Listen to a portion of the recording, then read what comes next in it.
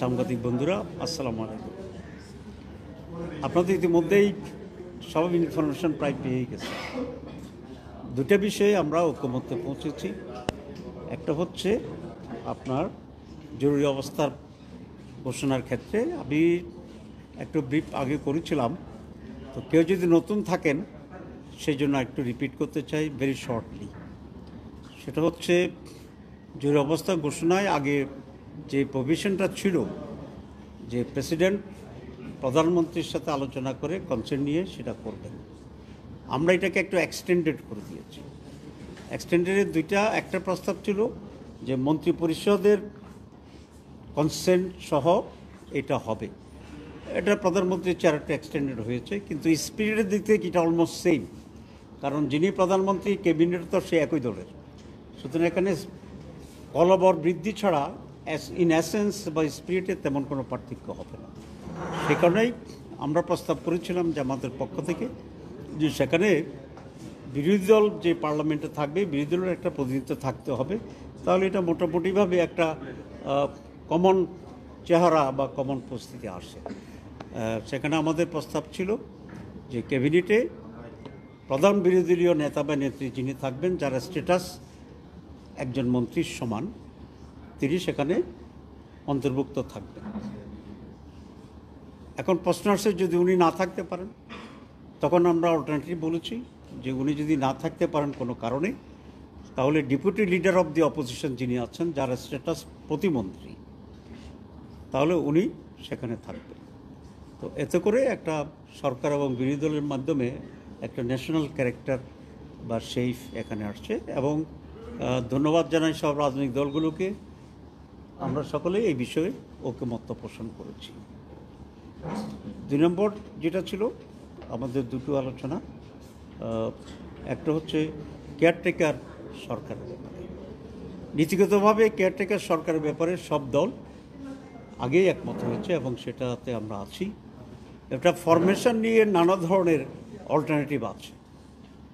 শুরুতেই কমিশন যেটা বলেছিল এবং আমরা বলেছিলাম যে রিটার্নিং চিফ জাস্টিসদের পক্ষ থেকে ক্রনোলজি অনুসারে এটা হতে পারবেন। প্রথম যিনি রিটায়ার করছেন না পেলে নানা কারণে যে কোনো না হলে তারপরে সেকেন্ড, তারপরে থার্ড, তারপরে ফোর্থে গিয়ে একটা প্রস্তাব আসছিল যে সকল প্রতিনিধিত্বমূলক রাজনৈতিক দলগুলোর পক্ষ থেকে হবে। এবং এরপর আরেকটা প্রস্তাব আসছিল, সেটাও যদি ফেল করে তাহলে প্রেসিডেন্ট কেয়ারটেকার সরকারের প্রধান হিসেবে কাজ করবে।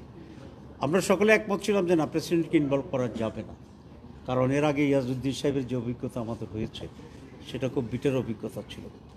কিন্তু নতুন করে আজকে কমিশন একটা ভিন্ন প্রস্তাব দিয়েছে। সেটা হচ্ছে যে নির্বাচিত প্রতিনিধির পক্ষ থেকেই এই বিষয়ে একটা কমিটি হবে, যেটা সার্চ কমিটি হিসাবে প্রতীয়মান হবে, গণ্য হবে। সেই সার্চ কমিটি সরকারি দল থেকে 5 জন, বিরোধী দল থেকে 5 জন এবং তৃতীয় বিরোধী দল বা অপোজিশন বাগীদের কাছ থেকে 2 জন, মোট 12 জনের একটা প্রস্তাব দেবে।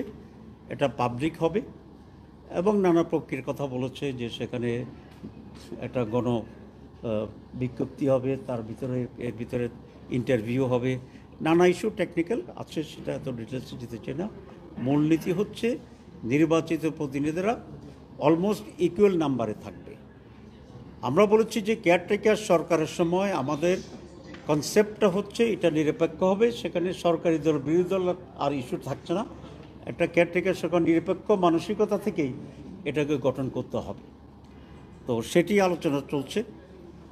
একটা অল্টারনেটিভ প্রস্তাব আসছে এরকম যে প্রধানত দলগুলো নিয়ে প্রেসিডেন্টের সভাপতিত্বে এখানে এই কেয়ারটেকার হবে। আমরা প্রেসিডেন্টের ইস্যুটাকে ম্যানেজ করেছি যে প্রেসিডেন্ট যেহেতু অ্যাপয়েন্টিং অথরিটি হবে, তিনি আবার এই কমিটি থেকে প্রিসাইড করে এই মিটিং করবেন, এটাতে একটা ইনফ্লুয়েন্স হয়ে যাবে। তো এটা আমরা পেশ করেছি, কিন্তু এই বিষয়টা এখনও আলোচনা কমপ্লিট হয়নি, নেক্সট মিটিংয়ে আলোচনা হবে। আমরা মৌখিকভাবে আরেকটা প্রস্তাব দিয়েছিলেন, অরিজিনাল প্রস্তাব আমি বলেছি বিচারপতিদের যেটা ছিল। অল্টারনেটিভ একটা প্রস্তাব আমরা দিয়েছি, সেটা হচ্ছে যিনি প্রধানমন্ত্রী থাকবেন সে সময় এবং যিনি প্রধান বিরোধী দলের নেতৃত্বে থাকবেন 2 জন, আর চিফ জাস্টিস এই তিনজন মিলেই সার্চ কমিটি হবে অত বড় জটিল না করার জন্য। তো সেটা আমাদের প্রস্তাব, এটা কোনো টেবিলে আসে নাই। কমিশন বলছেন, আমাদেরকে রিকোয়েস্ট করেছেন যে আমরা একটা লিখিত পূর্ণাঙ্গ অল্টারনেটিভ প্রস্তাব যদি দেই তাহলে সেটা আলোচনা করা যাবে কি না, সেটা আসবে। এবং আর কোনো দলেরও যদি কোনো প্রস্তাব থাকে তাহলে সেটাও কাল 10টার ভিতরে দিলে এটা আগামীকাল আলোচনা হবে না, পরশুদিন এই এজেন্ডার উপর আলোচনা হবে। সুতরাং এরকম একটি পর্যায়ে আজকের মিটিং সমাপ্ত হয়েছে। এটা হচ্ছে তত্ত্বাবধায়কের প্রধান হিসাবে।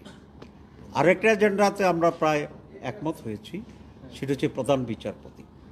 কারণ দুইটাই খুবই গুরুত্বপূর্ণ এজেন্ডা। একটা হচ্ছে কেয়ারটেকার চিফ, যেটা খুবই গুরুত্বপূর্ণ, আমি মনে করি যে আমাদের এক নম্বর গুরুত্বপূর্ণ বিষয়, সেটা উই আর ডিসকাসিং। আর প্রধান বিচারপতির ব্যাপারে আমাদের দুইটা প্রস্তাব ছিল। আমাদের দিক থেকে প্রস্তাব ছিল এবং অন্যান্য অনেক দলই সেটা করেছেন যে কোনো সুপারসিড হবে না, জ্যেষ্ঠতা অনুসারেই, চাকরির জ্যেষ্ঠতা অনুসারে যিনি আসবেন তিনিই প্রধান বিচারপতি হবেন। এখানে কোনো ধরনের ব্যত্যয় ঘটানোর সুযোগ নেই, কারণ আমাদের অতীত অভিজ্ঞতা হচ্ছে এই মানে সিলেকশন করার সুযোগ থাকলেই ব্যত্যয় ঘটে, এবং আমরা কোনো ধরনের ছিদ্র রাখতে চাই না। আমি বলেছিলাম যে ছিদ্র থাকলেই সেখানে দোঁড়া সাপ হোক অথবা বিষধর সাপ হোক ঢুকে যাওয়ার একটা সুযোগ থাকে। আর ছিদ্রটা অল্টারনেটিভ কেন থাকতে হবে? যারা দুইটা করেছেন তাদের বিষয়ে আমরা বলেছিলাম, তাহলে ইনফ্লুয়েন্স করার একটা জায়গা থাকছে, প্রভাব বিস্তারের একটা জায়গা থাকছে। তো প্রভাব বিস্তার কারা করে? যারা গভর্নমেন্টে থাকে তারাই তো প্রভাব বিস্তার করতে পারে, বাকিদের তো কোনো সুযোগ নেই। তাহলে গভর্নমেন্টকে ইন্টারফেয়ার করার জন্য এখানে একটা স্কোপ সেখানে থেকে যায়। এই জন্য আমরা খুব সিরিয়াসলি বলেছি জ্যেষ্ঠতার ভিত্তিতে এটা নিয়োগ হবে, প্রেসিডেন্ট সেটা নিয়োগ করবেন, আমরা অপশন রাখতে চাই না। এটাকে কিছুটা অ্যাকোমোডেট করেই আমরা সবাই একমত হয়েছি। এখন প্রথম কথা হচ্ছে যে জ্যেষ্ঠতম যিনি তাকে নিয়োগ দেওয়া হবে, ফুল স্টপ। সেকেন্ড, কোনো কারণে যারা ক্ষমতাসীন থাকবেন তারা যদি ফিল করে তাহলে দুইয়ের একজনকে করার প্রভিশন থাকবে, তবে এটা সংবিধান সংশোধন করে করতে হবে। সিম্পল মেজরিটি যেটা করা যাবে না, যা 2/3 মেজরিটি পেতে হবে, যেটা অলমোস্ট ইম্পসিবল হতে পারে একটা ফেয়ার ইলেকশনের ডেমোক্রেটিক সিস্টেমে যদি এখানে দেশটা চলে। তো দখলীয় নির্বাচন তো একটা ভিন্ন কথা। আমরা ধরে নিয়েছি নেক্সট ইলেকশন ফেয়ার হবে, সেই জন্য যে ব্যবস্থা সেটা হবে, এবং সেই ফেয়ার ইলেকশনে কোনো একটা পার্টিকুলার পার্টির পক্ষে এত আসন পাওয়া ইজ ভেরি ডিফিকাল্ট। সুতরাং মূলত স্পিরিটটা হচ্ছে একজনের ভিতরে জ্যেষ্ঠতা অনুসারে প্রধান বিচারপতি নিয়োগ হবে। এ ব্যাপারে আমরা উইথ সাম ক্লজ যেটা আমি বলেছি সেভাবে আমরা একমত হয়েছি। আর ইমার্জেন্সির ব্যাপারে ছোট্ট একটা পয়েন্ট আবার উল্লেখ করছি, সেখানে টোটাল মানবাধিকার লঙ্ঘন মানে স্টপ করে দেওয়া যাবে না।